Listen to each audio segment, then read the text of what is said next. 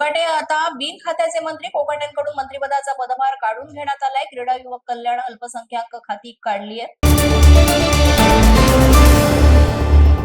कोकाटे यांनी स्वतः खड्ड्यात उडी मारली आहे. राहुल नार्वेकरांकडून अद्याप कारवाई का नाही? कोकाटेंना वाचवण्याचा प्रयत्न सुरू. संजय राऊत यांची टीका.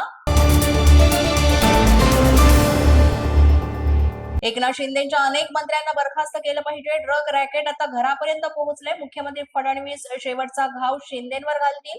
संजय राऊतांचा टोला.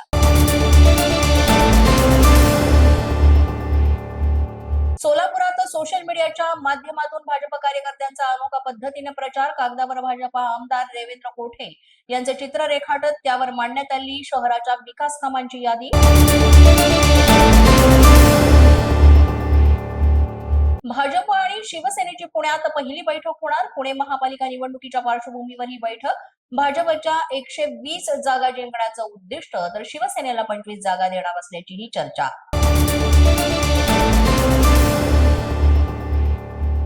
कोकाटे रुग्णालयात दाखल असताना मेडिकल बाबत माहिती का नाही? कोकाटेंबाबत रुग्णालय प्रशासन कोणती माहिती लपवत आहे? लीलावती रुग्णालय प्रशासन कारभाराबाबत अनेक प्रश्नचिन्ह उपस्थित. माणिकराव कोकाटेची प्रकृती सध्या स्थिर. कोकाटेंना उच्च रक्तदाब आणि श्वसनाचा त्रास. आज डिस्चार्ज देण्याबाबत माहिती समोर येण्याची शक्यता.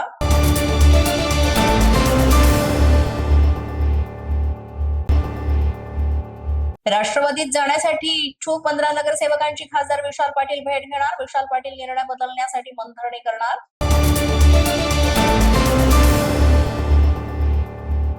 माणिकराव कोकाटे आता बिन खात्याचे मंत्री. कोकाटेंकडून मंत्रिपदाचा पदभार काढून घेण्यात आलाय. क्रीडा, युवक कल्याण, अल्पसंख्याक खाती काढली आहे.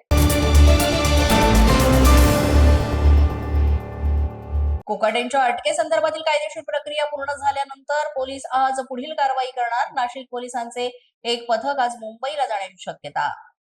सार्वजनिक निधीचा गैरव्यापार. या पोलीस माझा न्यूजच्या बातमीपत्रात आज इतकंच. तुम्हाला आमचं बातमीपत्र कसं वाटतंय याबाबत अवश्य अभिप्राय कळवा.